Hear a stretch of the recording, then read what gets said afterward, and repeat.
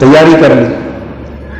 آپ سمجھ رہے تھے کہ میرے بیعت نہ کرنے پر یزید سخت اقدام کی دوبارہ حکم کرے گا، مزاحمت ہوگی، ہم بیعت نہیں کریں گے، خانوادہ نبوت اور پھر ہمارے محبت کرنے والے جملہ صحابہ، تابعین، تبع تابعین اور غلامان اہل بیت اور جملہ مسلمان مزاحمت کریں گے اور سرزمین مدینہ پر ممکن ہے خون بہنے کی نوبت آ جائے۔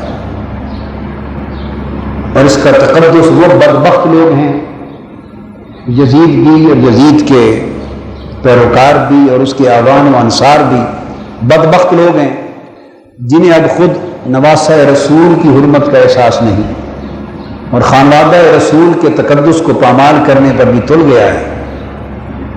اس کے لیے شہر مدینہ کے تقدس اور حرمت کو پامال کرنا کوئی بڑی بات نہیں۔ آپ نے مدینہ پاک کے حرم کی عزت و تکریم کی خاطر کہ یہاں ایسی صورتحال پیدا نہ ہو، اعزاء اقارب کو لے کے مدینہ پاک سے مکہ معظمہ کی طرف ہجرت فرمائی۔ حضور علیہ السلام کی بارگاہ اقدس میں اپنے نانا جان کی بارگاہ میں حاضر ہوئے اور یہ سیدنا امام حسین کی آخری حاضری تھی۔ نوافل ادا کیے، دست بستہ سلام عرض کیا، آپ کی آنکھوں سے بے ساختہ آنسو رواں تھے اور سمجھ رہے تھے کہ معلوم نہیں اس کے بعد نانا جان کی اس بارگاہ کی دوبارہ حاضری اور دیدار کی دولت نصیب ہوگی یا نہ ہوگی۔ گنبد خضرا کی مکی سے جدائی کا تصور، پھر وہ حضور علیہ السلام کے اپنے نانا حضور کی بارگاہ کی وہ یادیں، وہ بچپن سے لے کے آج تک کی یادیں، وہ ساری آنکھوں کے سامنے تھی۔ آپ کے اوپر ایک رکت طاری ہو گئی تھی۔ اس شہر کی معطر، منور اور مبارک فضاؤں کو چھوڑنا آسان بات نہ تھا۔ پیدائش سے لے کے بچپن، لڑکپن اور جوانی اور آج کی عمر تک آپ نے مدینہ پاک کی گلیوں میں آقا علیہ السلام کی گود سے لے کر شہر مدینہ کی فضاؤں میں آپ نے زندگی گزاری تھی، اور آج شہر مدینہ آپ سے ہمیشہ ہمیشہ کے لیے چھوٹ رہا تھا۔ والدہ ماجدہ کے مزار اقدس پہ حاضر ہوئے، سید عالم حضرت فاطمہ الزہرا رضی اللہ تعالی عنہ، انہیں بھی الوداعی سلام عرض کیا۔ مکہ معظمہ پہنچ گئے۔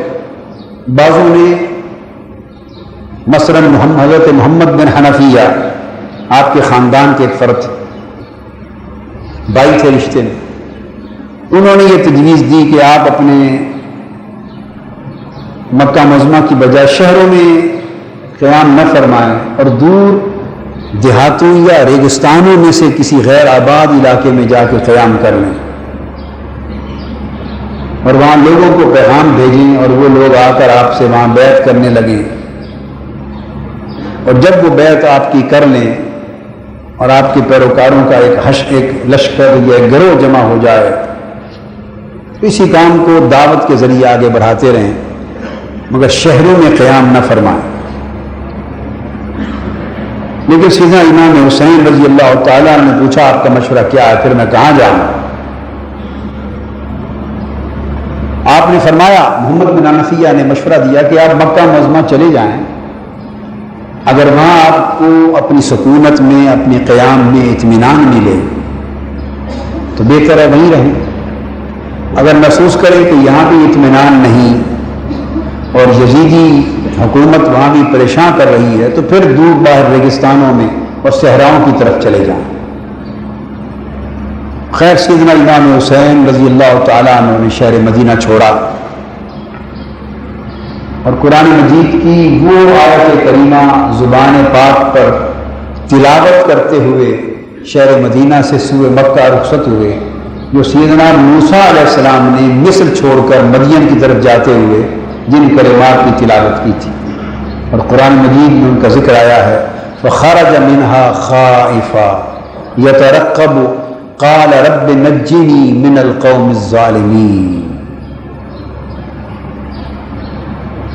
اور جب آپ مکہ معظمہ میں داخل ہوئے تو وہ آیت کریمہ، وہ کلمات جو سیدنا موسیٰ علیہ السلام نے مدین، جو آپ کے لیے جائے سکونت اور جائے پناہ تھی، اس میں داخل ہوتے ہوئے کلمات پڑھے تھے، وَلَمَّا تَوَجَّهَ تِلْقَاءَ مَدْيَنَ قَالَ عَسَىٰ رَبِّي أَن يَهْدِيَنِي سَوَاءَ السَّبِيلِ۔ اللہ رب العزت سے دعا کر رہے تھے کہ باری تعالیٰ مجھے ظالموں سے نجات بھی عطا کر، اور امید ہے کہ میرا رب مجھے سیدھی راہ پر استقامت کے ساتھ گامزن فرمائے گا۔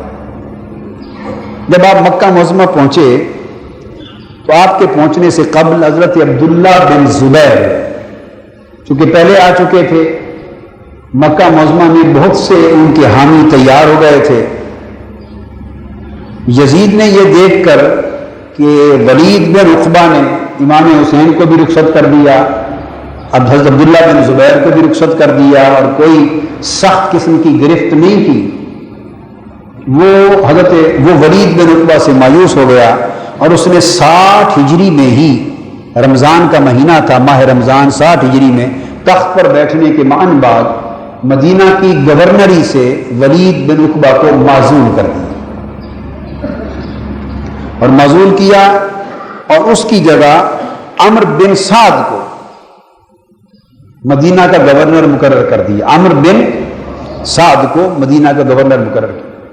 ایک لشکر بھی بھیجا، 2000 یا زائد سپاہیوں پر مشتمل، اور پھر وہ لشکر مکہ معظمہ پہنچ کے اس نے مکہ معظمہ کا محاصرہ کر لیا۔ لشکر نے جب مکہ معظمہ کا محاصرہ کیا تو حضرت عبداللہ بن زبیر نے شہر مکہ کا دفاع کیا۔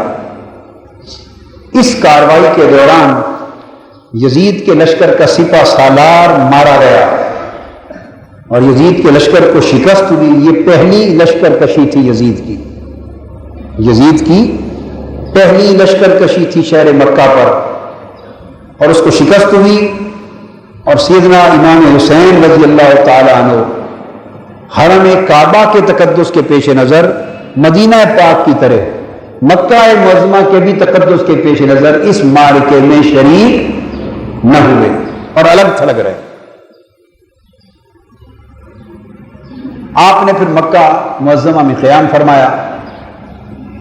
حج کے دن آگے قریب آ رہے تھے، جب مکہ معظمہ میں قیام ہوا اور اہل کوفہ کو پتہ چلا کہ آپ شہر مدینہ چھوڑ کر آپ نے یزید کی بیعت سے انکار کر دیا ہے اور اس کی بیعت کو مسترد کر دیا ہے اور ہجرت فرما کے مکہ معظمہ میں قیام پذیر ہیں، تو اہل کوفہ نے آپ کو دعوت دی کہ آپ ہمارے پاس تشریف لائیں، ہم آپ کے والد گرامی سیدنا مولا علی شیر خدا رضی اللہ تعالی عنہ کے محب ہیں، ان کے پیروکار ہیں، یعنی وہ شیعان علی جو کہلاتے تھے، جس کا ذکر میں پچھلے خطاب میں کر چکا ہوں، یعنی حضرت علی کا حامی جو گروہ تھا سیاسی طور پر، اور جنہوں نے حضرت امیر معاویہ کی سیاسی مخالفت کی تھی اور سیدنا مولا علی شیر خدا رضی اللہ تعالی عنہ کی سیاسی طور پر حمایت کی تھی اور انتہا درجے کی، اور خود کو شیعان علی یعنی حضرت علی کا گروہ کہتے تھے۔ ان کا ہیڈ کوارٹر، یہ ان کی بھاری اکثریت کوفہ میں آباد تھی، ان کی بھاری اکثریت کوفہ میں آباد تھی۔ اب انہوں نے سیدنا امام حسین رضی اللہ تعالیٰ عنہ کو اطلاع کی اور پے در پے خطوط بھیجے۔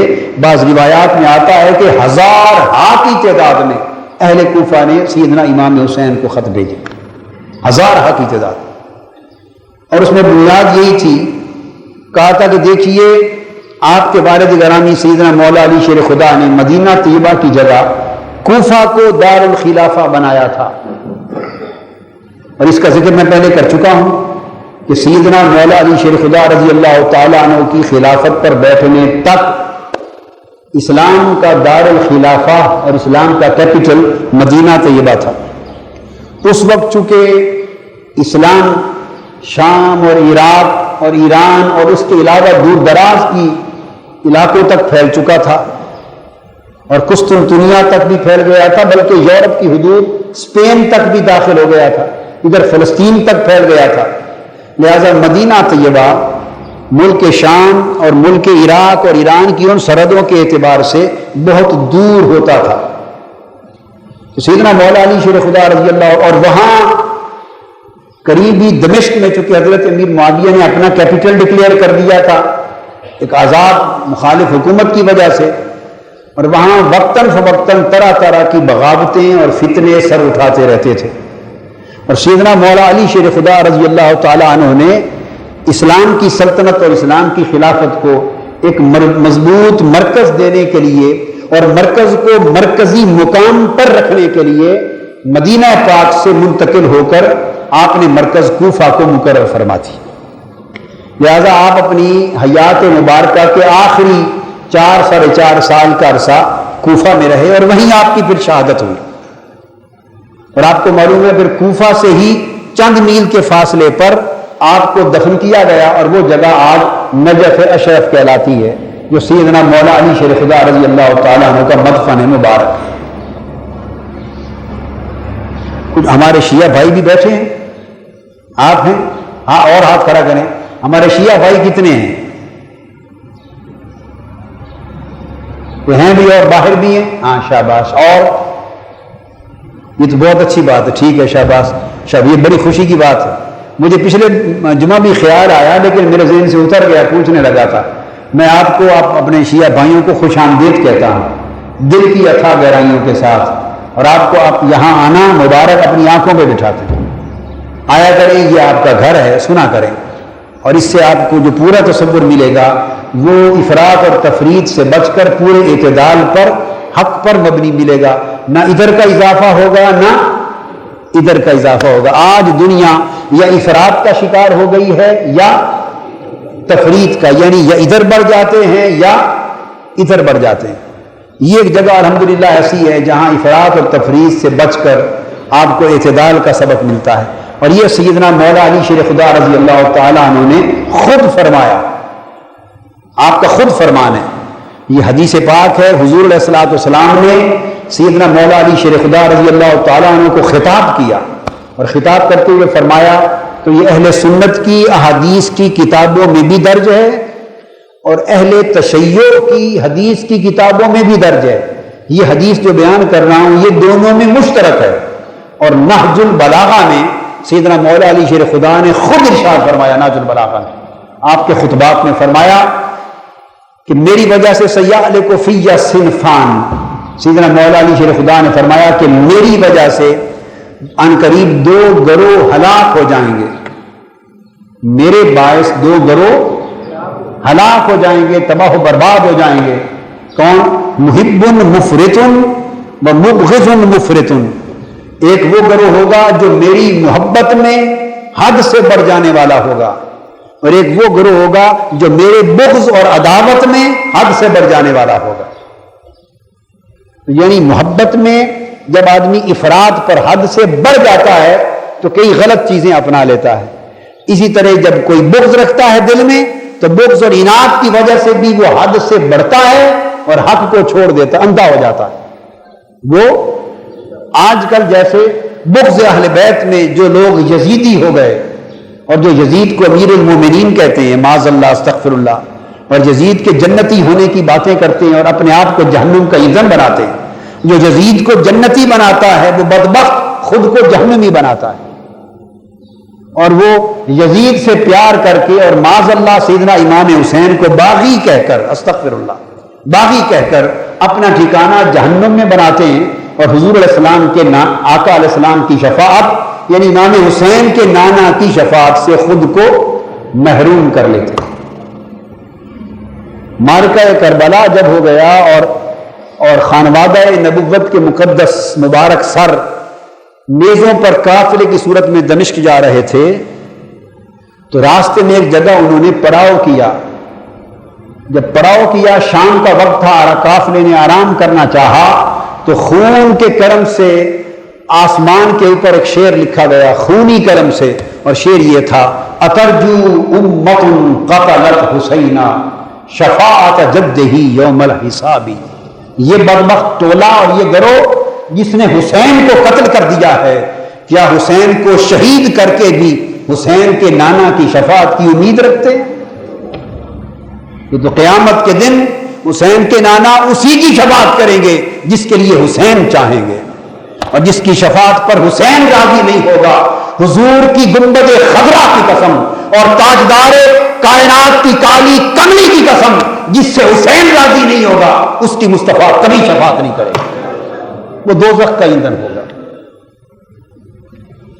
تو یہاں ہم اعتدال کی بات کرتے ہیں۔ تو میں یہ بتا رہا تھا کہ خط لکھے تو وہ ہیڈ کوارٹر بن گیا تھا سیدنا مولا علی شیر خدا رضی اللہ تعالیٰ عنہ کے سیاسی حامیوں کا، یعنی اس وقت کوئی شیعہ سنی مسلک وجود میں نہیں آئے تھے، اس وقت تک سیاسی تفریق تھی، یعنی خلافت راشدہ کی حمایت کون کرتا ہے، اور اس وقت خلافت راشدہ سیدنا مولا علی شیر خدا کے پاس تھی، وہ امام و خلیفہ تھے، ادھر حمایت کرنے والے کون ہیں، اور ان کے برعکس بنو امیہ کی حکومت حضرت امیر معاویہ کی، وہ خلافت نہ تھی، وہ ملوکیت تھی، وہ سلطنت تھی، اور جو بعد میں بادشاہت اور شہنشاہیت بن گئی، اس کی حمایت کون کرتا ہے؟ تو دو سیاسی گروہ بن گئے تھے۔ تو میں نے جیسے پچھلی بار آپ کو سمجھایا تھا کہ جو بعد ازاں سواد اعظم اہل سنت ہوئے، وہ حامی تو مولا علی شیر خدا کے ہوئے، حق پر انہی کو سمجھتے رہے، اور اگر کوئی جنگ کی نوبت آ گئی تو مولا علی شیر خدا ہی کے علم کے نیچے ہو کر لڑتے رہے، انہی کے ساتھ لڑتے رہے، مگر دوسری سمت گالی نہیں دیتے تھے، برا بھلا نہیں کہتے تھے، زبان کو صرف حضور کی صحابیت کی ایک نسبت کی وجہ سے خاموشی رکھتے تھے، اور یہ خاموشی صرف حضرت معاویہ کی ذات کی حد تک رہی، ان کے اقدامات کو درست بھی نہیں سمجھا، غلط سمجھا اور خاموش بھی رہا، اور جب وہ گئے یزید کا معاملہ آیا تو یزید چونکہ صحابی نہیں تھا، لہذا وہ جو ایک ڈیفنس میسر تھا ان یزید کے والد کو، وہ یزید کو میسر نہ رہا، وہ ڈھال صحابیت کی جو حضرت امیر معاویہ کو میسر تھی وہ یزید کو میسر نہ رہی، تو اس بدبخت نے جو عمل کیا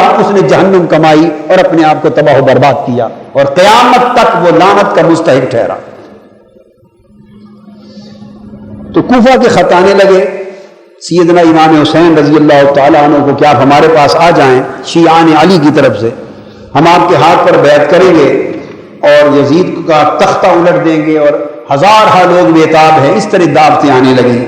سیدنا امام حسین علیہ السلام یہ تمام خطوط پڑھ کر آپ نے فیصلہ کیا کہ اگر ہزارہ لوگ اس وقت مجھے حق کی آواز بلند کرنے کے لیے بلا رہے ہیں، اور امر بالمعروف اور نہی عن المنکر کے لیے بلا رہے ہیں، اور یزیدی آمریت اور یزید کا ظلم و تشدد اور یزید کا جبر و بربریت اور دین حق سے یزید کا انحراف اور اسلامی نظام میں خلافت سے یزید کی بغاوت اور اس کا فسق و فجور اور اسلام کے خلاف، اسلام کی قدروں کے خلاف یزید کی کھلی جنگ پر مبنی ایک پلید حکومت کے خاتمے کے لیے اگر مسلمانان کوفہ مجھے بلا رہے تو اب میرا فریضہ ہے کہ میں ان کی دعوت پہ لبیک کہوں اور وہاں پہنچوں، اور پہنچ کر ان کی بیعت لوں، اور میں مسلمانوں کا ایک گروہ کثیر اکٹھا کر کے اس یزید کی پلید حکومت کا تختہ الٹ دوں اور اس دین حق کا جھنڈا بلند کر دوں اور اس خلافت راشدہ کے نظام کو پھر سے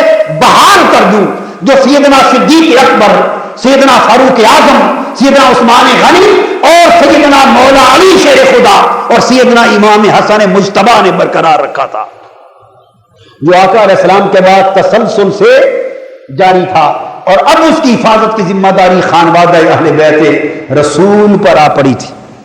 سو آپ نے فیصلہ کرنا شروع کیا اور فیصلہ بالآخر کر لیا کہ میں کوفہ پہنچوں اور جا کے اس بدبختی کے نظام کے خلاف ٹکر لوں۔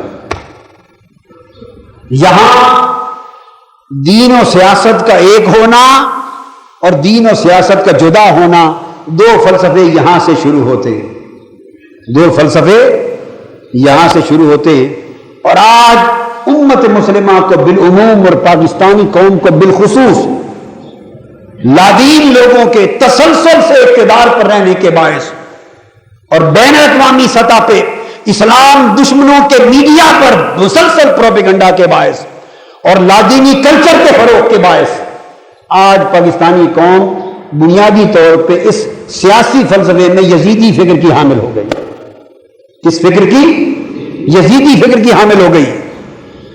اب بات یہ ہے کہ یہ جو اب ایک نئے معرکے کی طرف ہم جا رہے ہیں اور ایک معرکہ کربلا برپا ہونے کو جا رہا ہے، اور دو طاقتیں آپس میں ٹکرانے کے جا رہی ہیں، اس کی بنیادی ریزن اور بنیادی سبب کیا ہے؟ کیا یزید نے کھلم کھلا اسلام کا انکار کر دیا تھا؟ بولیے نہیں۔ کیا یزید نے نمازیں بند کرا دی تھی؟ بولیے۔ اس نے نظام زکوٰۃ ختم کرا دیا تھا؟ کیا یزید نے زکوٰۃ اور عمرے بند کروا دیے تھے؟ بولیے۔ کیا یزید نے مسجدیں گروانا شروع کروا دی تھی؟ کیا تھا؟ کوئی ہندوستان کی حکومت بن گیا تھا یزید؟ نہیں، پاکستانی حکومت کی طرح ہی تھا۔ میری پاکستانی حکومت سے مراد کو موجودہ حکومت نہیں، ایمانداری کی بات ہے کہ 50 سال ہی اسی طرز کی حکومت کو بیتے، 50 سال یزیدی طرز کی حکومت ہی رہی۔ میں جب پاکستانی حکومت کی بات کرتا ہوں تو وہ پورا نظام جو 50 سال سے پاک دھرتی پر پلید نظام مسلط ہے، پاک دھرتی پر پلید نظام مسلط، وہ نظام کیا ہے؟ اس میں بھی کوئی نماز روزے کا انکار ہے؟ کوئی حج اور عمرے معطل ہو گئے؟ سب حکمران کرنے عمرے جاتے ہیں، حج کرنے جاتے ہیں، ہر کوئی جاتا ہے۔ تو پھر پرابلم کیا تھا؟ جنگ کس بات کی تھی؟ امام حسین نے یزید کی بیعت کیوں نہ کر لی؟ بیعت کرنے کا مطلب یہ تھا کہ یزید کی حکومت کو تسلیم کر لینا۔ بیعت اس زمانے کا یاد رکھ لیں، اس زمانے کا ایک طریقہ تھا کسی کی حکومت تسلیم کرنے کا، اس زمانے کا طریقہ کیا تھا؟ بیعت۔ آج وہ بیعت طریقہ نہیں، آج اس کی بجائے ووٹ دیا جاتا ہے، آج ووٹ کی پرچی سے تسلیم کیا جاتا ہے، یا جب اعلان ہوتا ہے کسی کی حکومت کا تو آپ تسلیم کر لیتے ہیں زبان سے، بس کافی ہے، یعنی اس کے خلاف بغاوت نہیں کرتے، قبول کر لیتے ہیں اس کے قانون کو، اس کی حکومت کو، تو یہ بیعت ہو جاتی ہے۔ تو یہ اپنے اپنے دور کے طریقے ہیں۔ تو بیعت سے مراد یزید کی حکومت کو تسلیم کرنا، اور بیعت نہ کرنے سے مراد یزید کی حکومت کو تسلیم نہ کرنا۔ جب یزید نے کہا میری بیعت کر لے تو مدعا یہ تھا کہ میری حکومت تسلیم کرنے کا اعلان کر دے۔ اب سوال یہ پیدا ہوتا ہے کہ امام حسین رضی اللہ تعالیٰ عنہ نے یزیدی حکومت کو تسلیم کیوں نہ فرمایا؟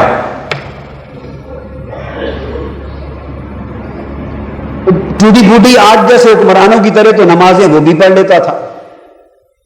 اگر آج حکمران کوئی اکا دکا نماز پڑھ لیتے ہیں تو وہ بھی اکا دکا نماز پڑھتا تھا۔ آج کے حکمران بھی لاکھوں کروڑوں روپے کے شکار کرتے ہیں، وہ بھی شکار پر جاتا تھا۔ آج کے حکمران اور لیڈر بھی نماز بھی اکا دکا پڑھتے، حج اور عمرے بھی کرتے ہیں، شرابیں بھی پی لیتے ہیں، کوئی پیتا کوئی نہیں پیتا، کوئی زیادہ پیتا ہے، وہ بھی یہی کام کرتا تھا۔ جوئے وغیرہ بھی کر لیتے ہیں، بدکاری زنا بھی کر لیتے ہیں در پردہ، وہ بھی کرتا ہے، وہ بھی کرتا تھا۔ تو کردار میں کوئی فرق نہیں تھا اور نظام میں بھی کوئی فرق نہیں تھا۔ جنگ کی بنیاد کیا تھی؟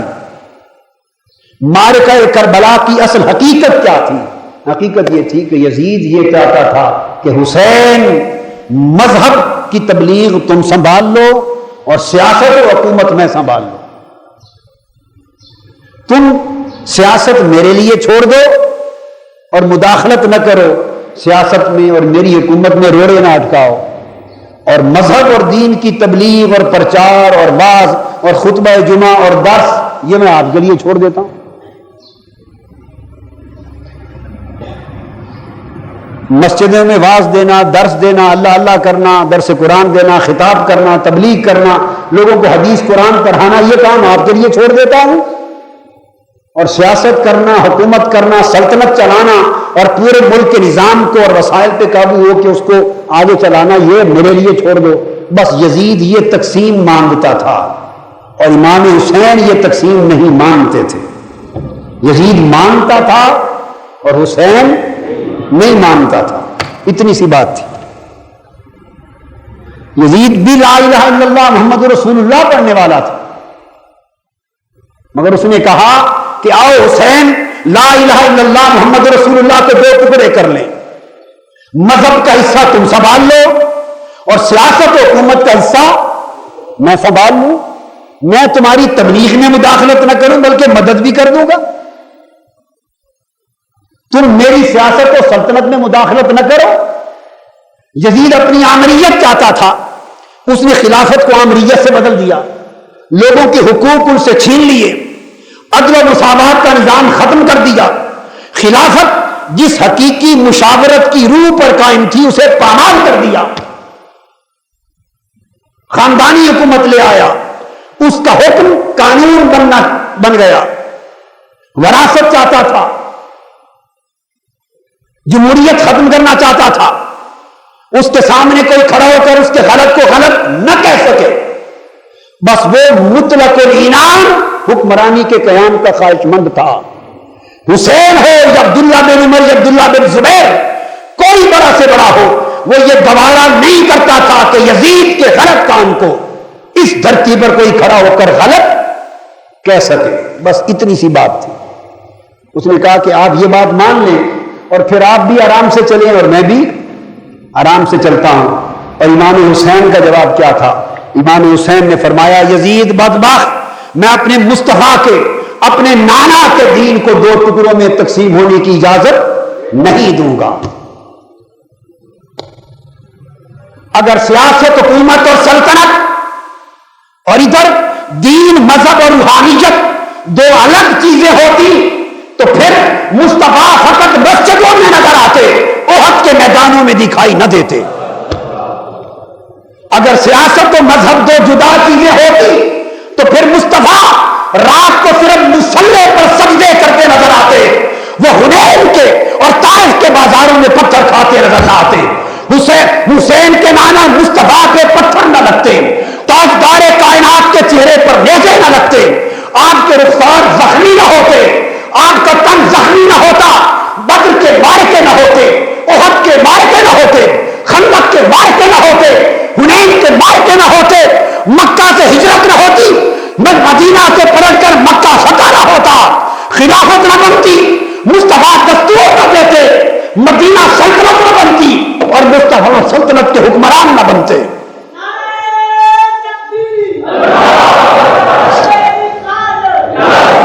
بس حضور مکہ کے سین میں بیٹھ جاتے، آنے جانے والوں کو کلمہ پڑھاتے رہتے، نماز کے طریقے سکھاتے، حج زکوٰۃ کے طریقے سکھاتے، قرآن پڑھاتے، حلال حرام سکھاتے اور کہتے یہ قریشی، یہ مکہ کے سردار، یہ جاگیردار، یہ بڑے جیسا نظام چلا رہے ہیں چلاتے رہو، اگر انسانوں کو غلام بنا رہے ہیں تو اس سے ٹکر نہ لو، غریبوں کو پیس رہے ہیں تو اس سے ٹکر نہ لو، تمہارا خون نچوڑ رہے ہیں ان سے ٹکر نہ لو، چونکہ یہ سیاست بن جائے گی۔ جب آپ حکمرانوں سے جب ٹکراتے ہیں سیاست بن جاتی ہے،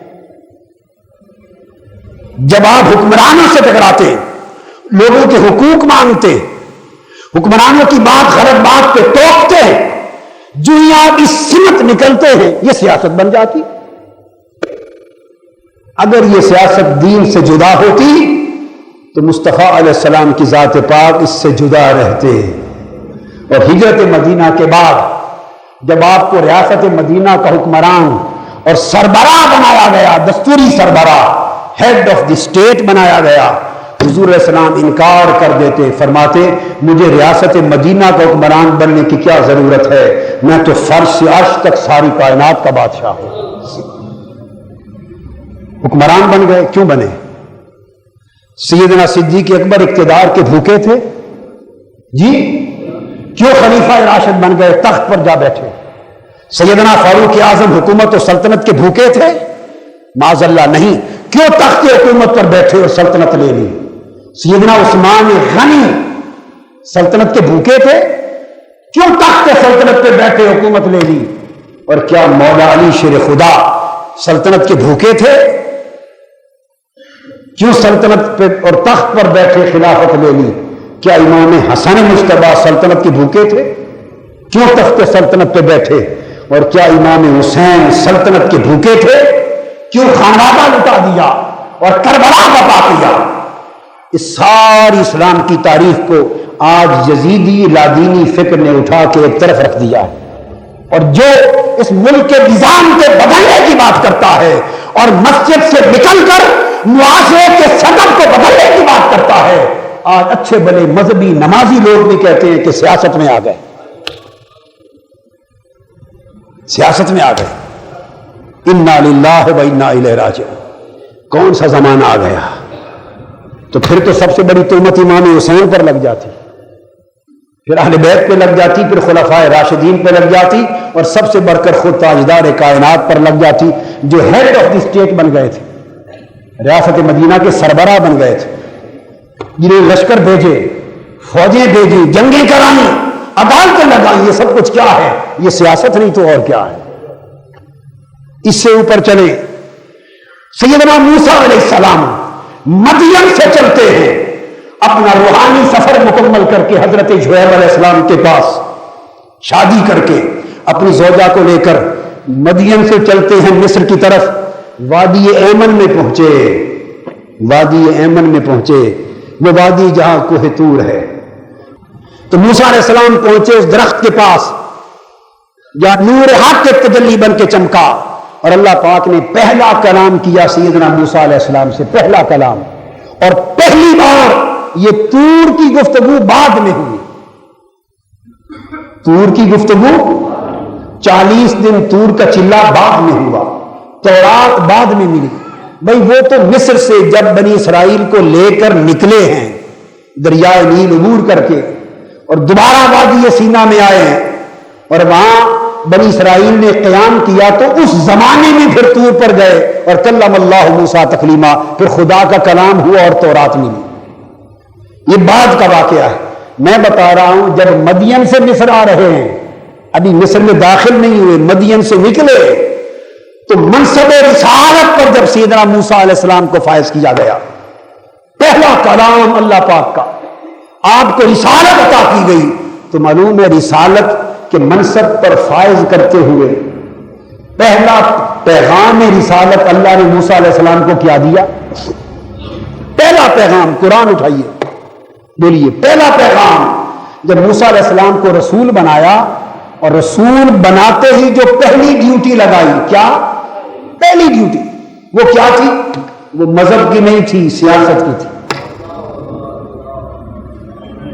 وہ مذہب کی نہیں تھی، رسول بنا کر جو پہلی ڈیوٹی اللہ رب العزت نے لگائی وہ مذہبی نہیں، سیاسی ڈیوٹی تھی۔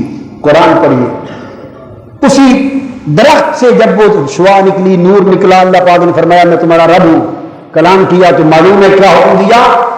پہلا حکم یہ نہیں دیا کہ موسیٰ جاؤ اور بنی اسرائیل کو نمازوں پہ لگا دو، اے موسیٰ جاؤ بنی اسرائیل کو روزوں پہ لگا دو، اے موسیٰ جاؤ بنی اسرائیل کو یہ حلال اور حرام کے سبق سکھا دو، اے موسیٰ جاؤ بنی اسرائیل کو یہ شریعت دے دو، یہ نیکی کے طور طریقے سکھا دو۔ نہیں، یہ سب کچھ سکھایا گیا، مگر بعد میں، سب کچھ سکھایا گیا مگر بعد میں، منصب رسالت پر فائز کرنے کے بعد رب کائنات نے جو پہلا حکم دیا حضرت موسیٰ علیہ السلام کو، وہ سیاسی انقلاب کا حکم تھا۔ اور موسیٰ علیہ السلام نے عرض کیا مولا میرے بھائی ہارون کو بھی اس ڈیوٹی میں شامل کر، فرمایا تیرے بھائی ہارون کو بھی تیرے ساتھ وزیر بنا دیا۔ کیا؟ وزیر بنا دیا۔ دوسرا حکم آیا اذهبا الى فرعون انه طغى، اے موسیٰ دونوں جاؤ، بنی اسرائیل کی طرف نہیں، سیدھا فرعون کے دربار میں جاؤ، وہ باغی ہو چکا ہے، اور اس کے دربار میں جا کر نعرہ انقلاب بلند کر دو۔ موسیٰ علیہ السلام نے پوچھا باری تعالیٰ کیا نعرہ لگاؤں؟ وہ انقلاب کا نعرہ کیا لگاؤں؟ یہ جو سیاست میرے سپرد کی گئی ہے کون سی سیاست کروں، کیا کروں؟ اللہ پاک نے فرمایا جا میرے موسیٰ، بنی اسرائیل کی پوری قوم کو فرعون نے اپنا غلام بنا رکھا ہے، اور میرا پہلا حکم یہ ہے کہ جا بنی اسرائیل کی آزادی کا نعرہ بلند کر دے، بنی اسرائیل کی آزادی کا نعرہ بلند کر دے، اور فرعون کو کہہ دے کہ میں بنی اسرائیل کو تیری غلامی کی زنجیروں سے آزاد کرانے کے لیے آیا ہوں۔ موسیٰ علیہ السلام آئے اور بنی اسرائیل کی آزادی کا نعرہ بلند ہو گیا۔ اس دن سے موسیٰ کی اور فرعون کی جنگ شروع ہو گئی۔ یہ جنگ کبھی موسیٰ اور فرعون کی ہے، اس سے قبل کبھی ابراہیم اور نمرود کی ہے، اور یہی جنگ کبھی مصطفیٰ اور ابو جہل ابو لہب کی ہے، اور یہی جنگ روپ و نام بدلتے ہیں، جنگ ایک رہتا ہے، وہ جنگ جو مصطفیٰ اور ابو لہب کی ہے، وہی جنگ کربلا میں حسین اور یزید کی ہے۔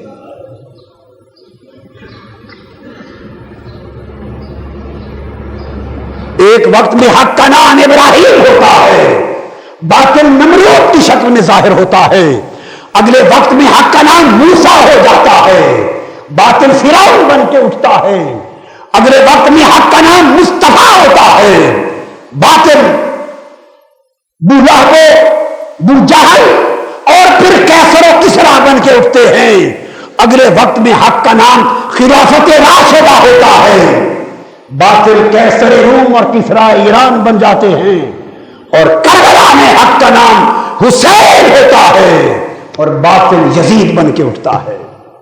نتیجہ کیا ہوتا ہے کہ حسین حق ہو کر شہید ہو کر بھی زندہ رہتا ہے، یزید فوجی فتح پا کر بھی ہمیشہ کے لیے مردہ رہتا ہے۔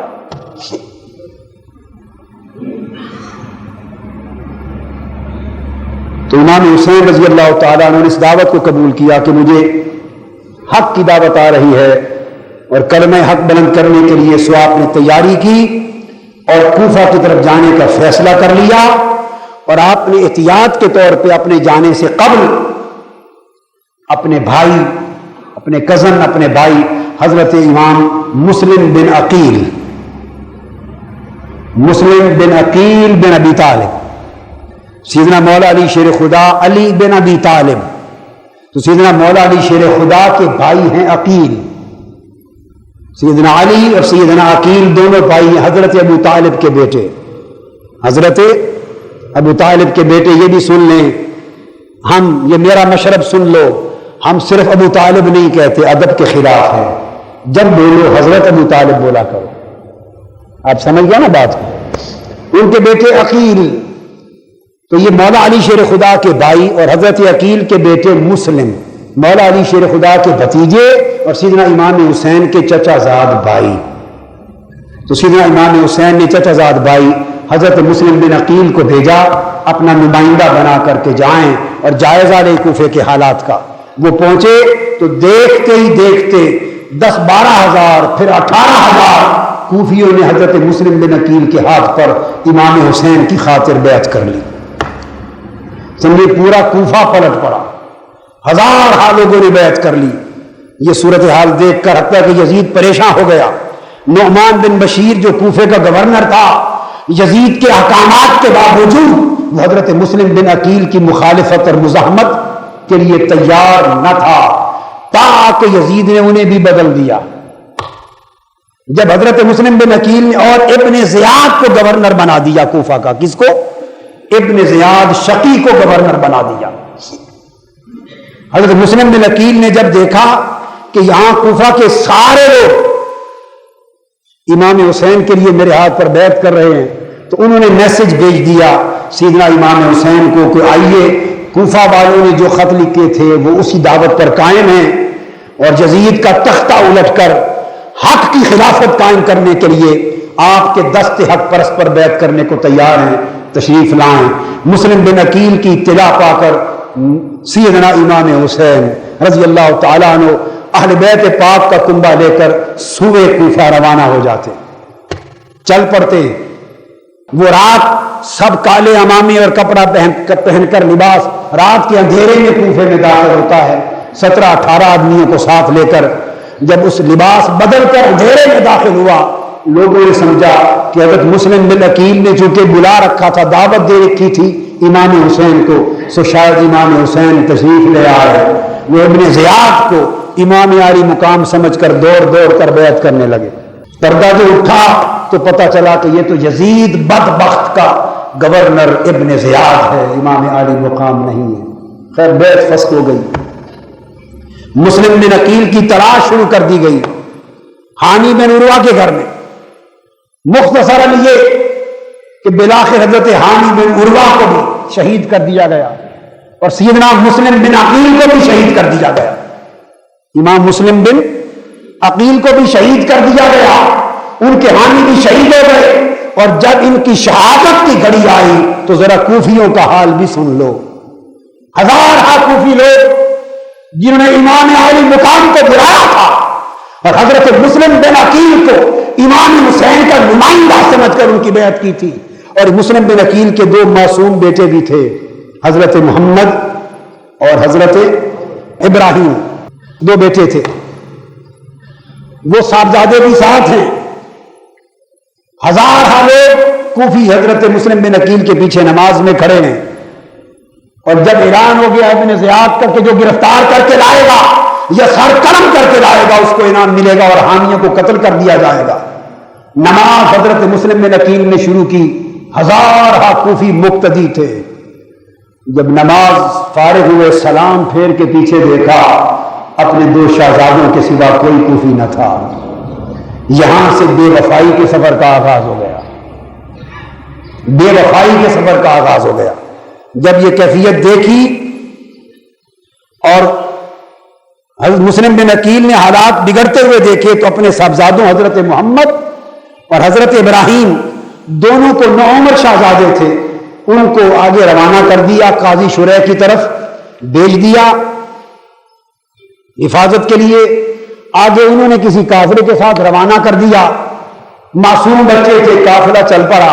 رات کا اندھیرا تھا، چلتے رہے، قافلہ بچھڑ گیا اور قافلے کو پہچان نہ سکے. اور صبح ہوئے تو جہاں سے چلے تھے دن کی روشنی میں 2 شہزادے معصوم وہیں کھڑے تھے. والد حضرت مسلم بن عقیل شہید ہو گئے. مسلم بن عقیل کے 2 شہزادے یتیم ہو گئے. قافلہ روانہ ہو گیا مکہ مدینہ کی طرف.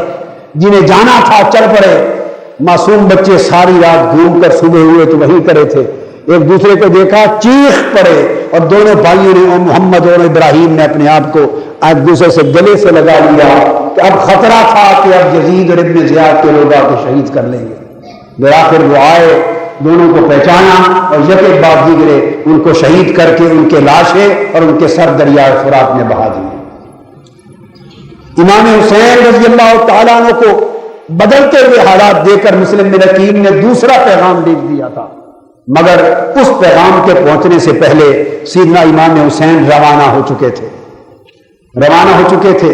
جب قریب پہنچے تو آپ کو خبر ہو گئی کہ مسلم بن عقیل شہید ہو گئے، ان کے شہزادے شہید ہو گئے، حالات بدل گئے. اتنے میں ابن زیاد کا لشکرہ پہنچا. اس نے بجائے کوفہ کی طرف لے جانے کے سیدنا امام حسین کو سوئے کربلا پہنچا دیا. اور محرم کی ابتدا تھی کہ امام حسین خانوادہ اہل بیت کے خیمے اس ریگزار کربلا میں نصب کرنے لگے.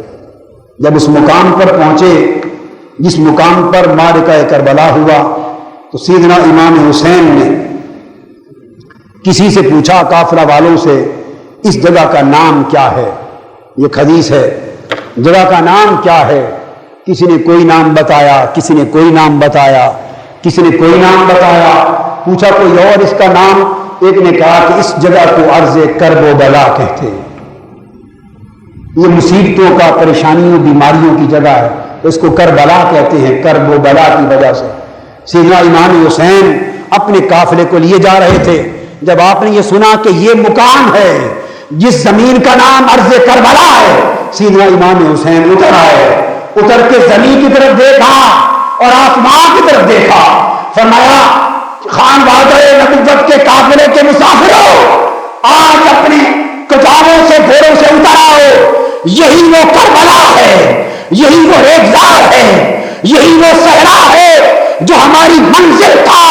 ہم مدینہ سے اسی مقام سوئے کربلا چلے تھے، اس لیے کہ میں نے بچپن میں اپنے نانا کی زبان سے سنا تھا اور میں نے بچپن میں اپنے بابا علی شیر خدا سے سنا تھا کہ وہ مقام جہاں میرے حسین کا خون بہے گا، جہاں خانوادہ نبوت کے گلے کاٹے جائیں گے، جہاں خانوادہ رسالت کے خون بہے گے، اس ریگزار کا نام کرب بلا ہے. میں نے بچپن سے سنا تھا.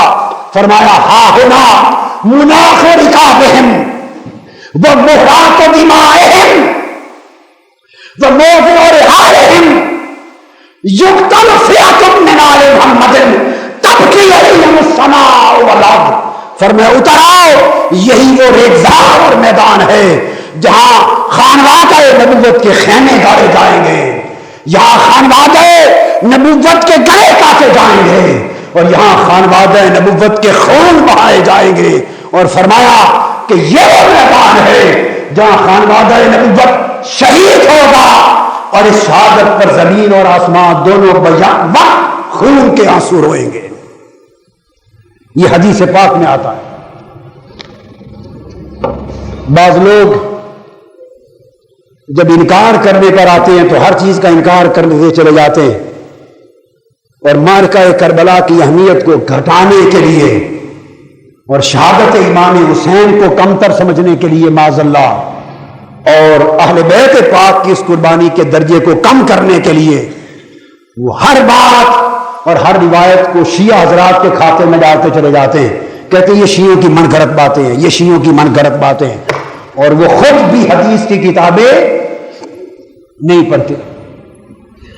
یہ میں نے جو کوٹ کیا یہ اہل تشیع کی کتب میں تو تھا ہی, مگر اہل سنت کی کتب حدیث میں ہے.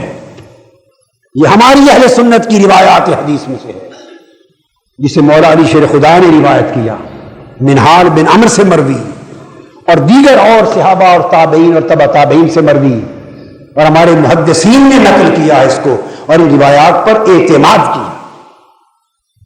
امام حسین کا جو مقتل ہے آپ کی شہادت گاہ, اس کی خبر بھی حضور علیہ السلام نے 56 برس پہلے آپ کی ولادت کے پہلے دوسرے سال میں دے دی تھی. جب حضرت ام فضل حضور علیہ السلام کی چچی حضرت عباس بن عبد المطلب کی زوجہ مطہرہ اور حضرت عبداللہ بن عباس کی والدہ آقا علیہ السلام کی خدمت میں آئیں, حضرت ام فضل فرماتی ہیں کہ میں آئیں, امام حسین معصوم 2 سال کے بچے تھے اور تاجدار کائنات ان کو اپنی گود میں لے کر بیٹھے تھے. امام حسین سے معصوم 1-2 سال کے شہزادے سے پیار کرتے تھے. حضرت ام فضل فرماتی ہیں چشمان مقدس سے آنسو چھم چھم گر رہے تھے. میں نے عرض کیا میرے ماں باپ آپ پر قربان ہوں یا رسول اللہ, کیا بات آپ کو رلا رہی ہے؟ کتنا پیارا پیارا معصوم بیٹا حسین آپ کی گود میں کھیل رہا ہے, مگر آپ کیوں رو رہے ہیں؟ عرض کہ حضور کیا بات رلا رہی ہے؟ آپ نے فرمایا ام فضل میری چچی, یہ میرا بیٹا حسین ہے, میری امت کا ایک گروہ اس میرے بیٹے حسین کو شہید کر دے گا. انہوں نے پوچھا اس حسین کو؟ آقا اس حسین کو جو آپ کی گود میں کھیل رہا ہے, جو آپ کی زبان پاک چوستا ہے, جو آپ کے کندھوں پہ سواری کرتا ہے اور جسے آپ کندھوں پر اٹھا کر مدینہ کے گلی کوچوں میں چلتے ہیں, اور لوگ اس حسین کو آپ کے کندھوں پہ سواری کرتا ہوا دیکھ کر کہتے ہیں حسین مبارک ہو, کتنی اچھی سواری ہے. تو آپ بول پڑتے ہیں کہ سواری کو چھوڑو, بتاؤ سوار کتنا اچھا ہے, اس حسین کو شہید کر دیں گے؟ آقا نے فرمایا ہاں اسی حسین کو شہید کر دیں گے. فرمایا ابھی ابھی جبرائیل امین آئے تھے اور جبرائیل نے آ کے مجھے خبر دی ہے ان امتک تقتلبن هذا, میں آپ کی امت کا ایک گروہ آپ کے بیٹے کو شہید کر دے گا. وَأَتَانِي بِتُرْبَةِ حَمْرَاء, اور وہ اس کے مقتل کی کربلا کی سرخ خون آلود مٹی مجھے دے کر گئے ہیں, اور وہ خون آلود مٹی یہ ہے جس پر میرے حسین کا خون گرے گا, اور وہ خون آلود مٹی سرخ تربت حمراء. اور دوسری روایت حدیث میں ہے یقتل ابنی ھذا بارض یقال لھا کربلا, میرا بیٹا حسین اس میدان میں شہید کر دیا جائے گا جس کا نام کربلا ہے. اور حضرت ام سلمہ فرماتی ہیں کہ پھر حضور نے وہ مٹی مجھے دے دی تھی, ایک شیشی میں ڈال کر مٹی دی تھی, اور فرمایا تھا ام سلمہ اذا تحولت هذه تربۃ دما فاعلمی ان ابنی قد قتل. اے ام سلمہ اس مٹی کو سنبھال کے رکھ لے, جب یہ خون میں بدل جائے تو جان لینا کہ میرا بیٹا حسین شہید کر دیا گیا. اور دوستو 50 55 60 برس بیت گئے اور سن 60 ہجری میں جب امام حسین شہید ہوئے, اس مٹی کی شیشی ام المومنین حضرت ام سلمہ کے پاس اسی طرح محفوظ تھی. مدینہ پاک تھا اور 10 محرم کی دوپہر تھی, ادھر امام حسین شہید ہو رہے ہیں اور شہر مدینہ میں کسی کو خبر نہیں کہ کربلا پہ کیا کربلا ہو رہا ہے. ام سلمہ لیتی ہیں, فرماتی ہیں اچانک خواب میں نے دیکھا رأیت رسول اللہ صلی اللہ علیہ وسلم فی المنام وعلی رأسہ ولیتہ التراب فقلت ما لک یا رسول اللہ قال شہدت قتل الحسین آنفا. فرماتی ہے میں خواب میں دوپہر کا وقت سوئی ہوں, اچانک میں نے خواب میں دیکھا کہ تاجدار کائنات تشریف لائے, ان کا سر انور خاک آلود ہے, ان کی ریش مبارک خاک آلود ہے. میں پریشان ہو کے پوچھتی ہوں آقا یہ کیا ہوا؟ فرماتی ہے ام سلمہ میں حسین کے مقتل سے ابھی ابھی آ رہا ہوں, میرا حسین شہید ہو گیا. حضرت ام سلمہ اسی وقت اٹھی, شیشی کو دیکھا تو وہ خون سے بدل گئی تھی. فرمایا آج حسین شہید کر دیے گئے. تو واقعہ کربلا نہ صرف یہ کہ تاریخ میں ہے بلکہ یہ واحد واقعہ اور واحد شہادت ہے جو اپنے رونما ہونے سے پہلے احادیث میں تاجدار کائنات نے جس کو بیان فرما دیا تھا, ورنہ واقعات رونما ہونے کے بعد لکھے جاتے ہیں, مگر حسین کا واقعہ شہادت رونما ہونے سے پہلے لکھا جا چکا تھا.